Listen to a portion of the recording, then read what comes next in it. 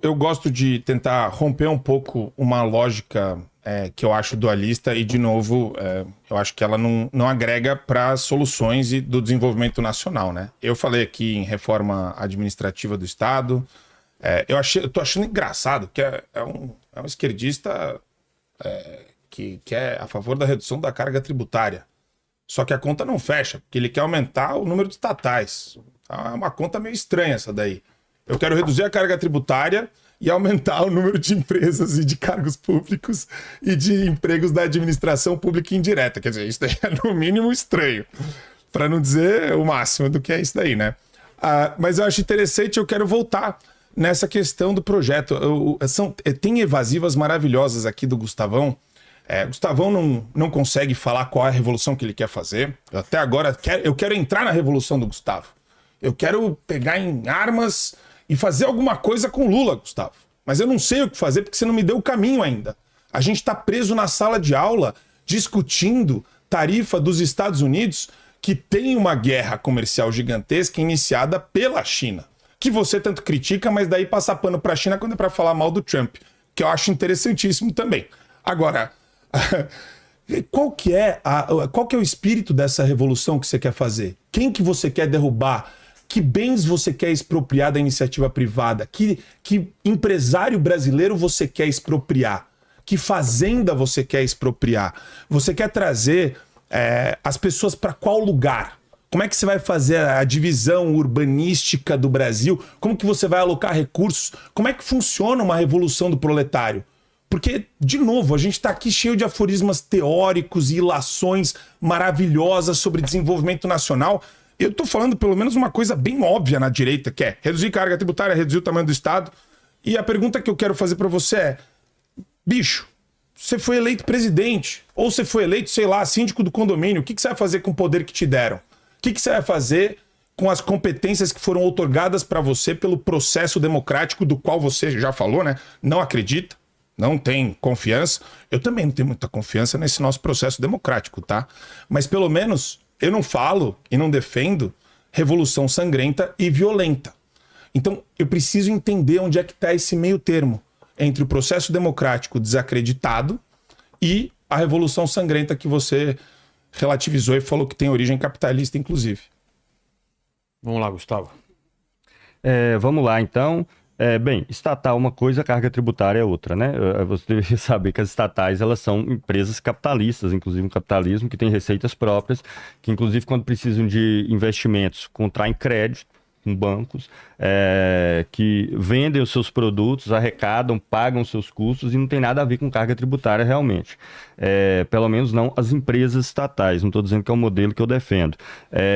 Sobre o que eu quero fazer, e é bom que dá para entrar bem nesse tema da revolução. Tem um gráfico aqui também, posso mostrar, também já passei os slides para a turma aqui, os dados que a gente produz no ILAESE, não tem nada que é secreto, tá? Carga tributária brasileira hoje, ela é mais ou menos o seguinte, tá? Aqui vai estar para vocês, ó, o verde é contribuição previdenciária. O vermelho, que está ali, são rendas sob impostos indiretos, que recaem sobre os produtos. O grosso da população que compra a grande maioria dos produtos disponíveis. E o azul é imposto de renda, que recai sobretudo sobre a classe média. A linha amarelo, que vai dar 4, 5, 6% a decorrer do ano, é imposto sobre propriedade, lucro, renda, dividendos, é o que paga a classe capitalista brasileira. Né? Então, simples assim. Hoje, quem financia o Estado brasileiro são os trabalhadores. Só que o recurso que entra via trabalhadores para o Estado sai para as empresas capitalistas. Esse é o papel do Estado. Como que sai para as empresas capitalistas? Pela via dos gastos públicos por meio da terceirização, que hoje cresce de maneira desenfreada, como eu já mostrei antes. As despesas com o pessoal no interior do Estado caíram de 54% lá em meados dos anos 90 para 22% hoje. Então para onde está indo os outros 78%? Para a iniciativa privada, pela via da terceirização, pela via dos títulos da dívida pública, que é onde os capitalistas brasileiros colocam com conforto o seu dinheiro, não investem em nenhum lugar e colocam para que a população remunere pagando juros para ele. E quando o Estado está em crise, ele faz isso emitindo mais títulos de dívida ainda. Então, o que realmente nós queremos é que o que eu quero é que as pessoas que trabalham, que produzem em todas as esferas, sejam as responsáveis por gerir a sociedade e não um grupo de pessoas que recebe essa renda por ser meramente o proprietário do capital. Eu acho engraçado o termo revolução sangrenta, né? Uma pessoa que aparentemente estava a favor aí da tentativa de golpe do último período. E, evidentemente, se houvesse alguma reação a esse golpe, seria sangrenta, né? Porque se você vai reagir a uma intervenção militar no país, evidentemente vai ter sangue, né? Então, eu quero um processo de mobilização popular que vai no sentido de uma transformação social. Espero que seja menos sangrenta possível. Eu dou sempre exemplo. Revolução Russa 17, em outubro, os historiadores divergem entre 6 e 8 mortos. Tá? Entre 6 e 8 mortos. A Revolução Russa de 17. E as mortes que vieram depois? Claro, porque depois da Revolução não aceitaram o processo. Inglaterra, França, Japão invadem, financiam toda a guerra civil. Mais de 70 mil soldados japoneses. Culpa é um processo efetivo, invasão de 70 mil japoneses no Japão, não é relativismo, são pessoas concretas, 70 mil ali para destruir aquela revolução. Dinheiro inglês, dinheiro francês, mais de 2 mil técnicos russos, mais de 1.000 técnicos franceses invadem o país para poder destruir o processo revolucionário. Aí sim, teve muito sangue, evidentemente, por causa dessa reação, não por causa da revolução, que se deu com apoio popular gigantesco e tremendo. Então, sim, eu estou favorável à transformação revolucionária da sociedade. Se vai ter sangue ou não, vai depender de como reagir as pessoas Qual que líder? Forem Mas você é o líder. objeto desse processo. De onde você tirou essa questão de eu sou Eu líder? quero saber quem é o líder de uma revolução semi-sangrenta. Todo processo... O semi-sangrenta é por sua conta, né?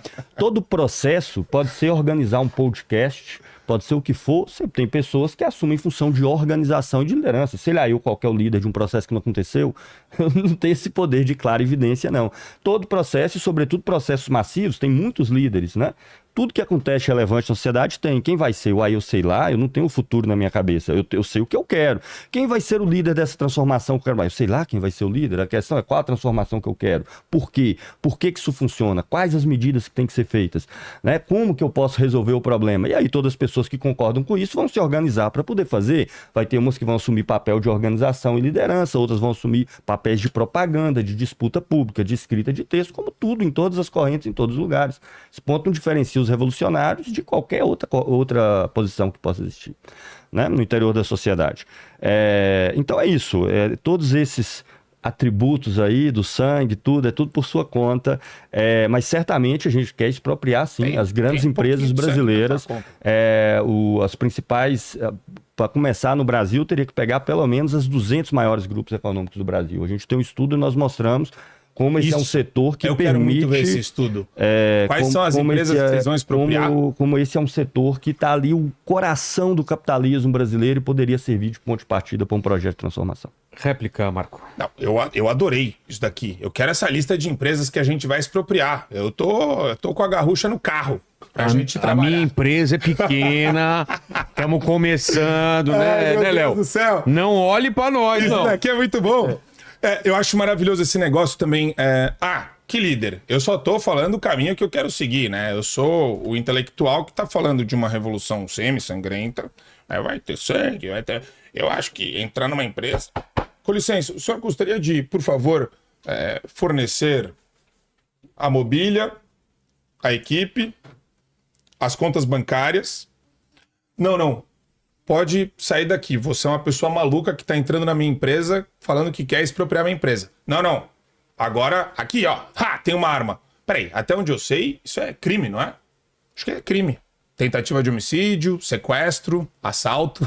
A gente tem toda a tipificação da conduta que ele não estratifica. Fica no teórico. Fica no aforismo. Fica para você conseguir persuadir e convencer a molecada de 13 anos de idade. Que escuta um negócio desse, fala, porra, não é que o Che Guevara era do grande caramba mesmo? Era um cara legal? E daí você vai trabalhando a molecada, a hora que você vê, tem um monte de gente com 30 anos de idade que, o cérebro saiu e escorregou pelo ouvido. Porque é um negócio totalmente fora da realidade. E outra coisa, né? O meu líder não incentivou nenhum golpe de Estado. Porque, meu caro, quando o Supremo vilipendia... E agora posso usar Posso esquecer um pouco o francês aqui e falar... Depende, vamos lá, vamos ver qual que eu... Não, porque eu falo isso toda hora, né? No show da manhã lá do Fio Diário. Quando o Supremo sai cagando na cabeça de todo mundo, e a Rede Globo, a CNN trivializam isso, quando eles não contam as histórias das pessoas que estão sofrendo nas mãos de hoje um regime que eu considero totalitário, eu considero sim, a gente hoje vive num país socialista do ponto de vista econômico e da administração pública e também numa ditadura do judiciário, tá? A gente hoje, eu queria ouvir ele também sobre isso, a gente vive hoje numa ditadura do judiciário, meu querido Gustavo Machado. E eu abomino isso. E se eu não vejo pessoas fazendo o que eu acho que deveria ser feito, sabe o que eu faço? Eu faço aquilo que eu acho que deveria ser feito.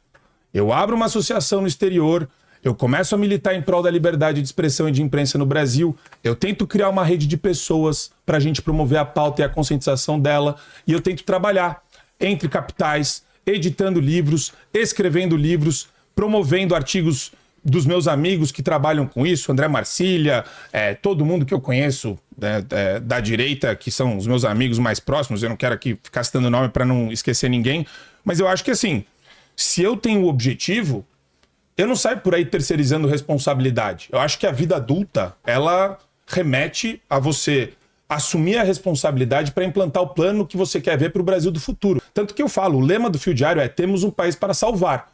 Agora, a gente caminha no sentido do país que a gente quer ver e que a gente quer que exista.